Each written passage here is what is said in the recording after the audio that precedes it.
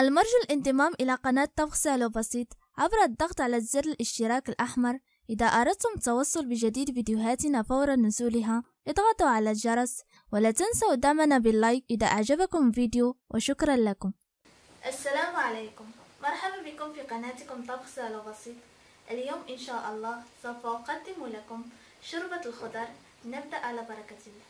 لدينا حبتين من الطماطم، و3 حبات من البطاطس، وملعقتين كبيرتين من البقدونس والكزبر، وحبة من البصل، وحبة من الفلفل الأخضر، و3 حبات من الجزر، وحبتين من الكوسة أو القرع الأخضر، ومكعب المرق، وملعقة كبيرة من مركز طماطم، والكركم، وملح، والفلفل الأسود، والزنجبيل، وملعقتين كبيرتين من الزيت، والماء الكافي للطهي.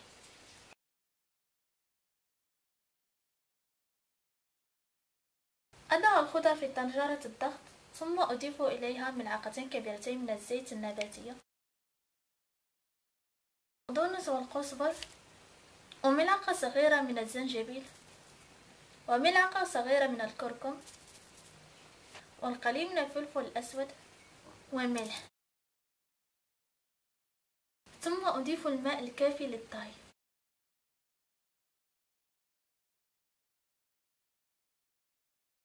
وأغلق طنجرة الضغط، وأضع الخضر فوق نار متوسطة حتى تبدأ صفارة الطنجرة بالدوران وبإخراج الدخان.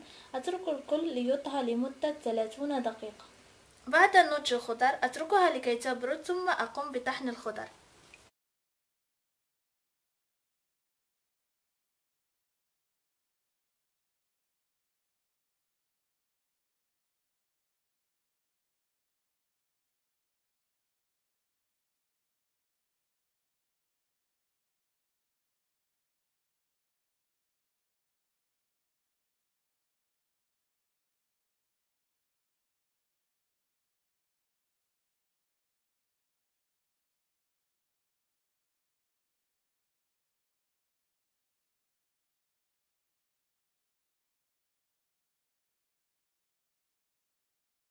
أعيد شوربة الخضر إلى الطنجرة، وعندما يبدأ الخليط بالغليان أضيف مكعب المرق، وملعقة كبيرة من مركز طماطم،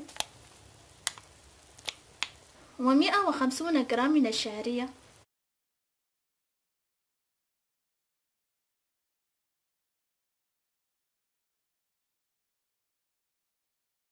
وأترك الكل فوق نار متوسطة لمدة 20 دقيقة أخرى مع التحريك من حين لآخر.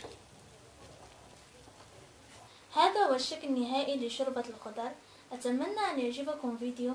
لمزيد من الفيديوهات لا تنسوا الاشتراك في قناتكم طبخ سهل وبسيط، ولا تنسوا الضغط على زر لايك من أجل أن تدعموني، وزيارة صفحتنا على فيسبوك. ودمتم في رعاية الله.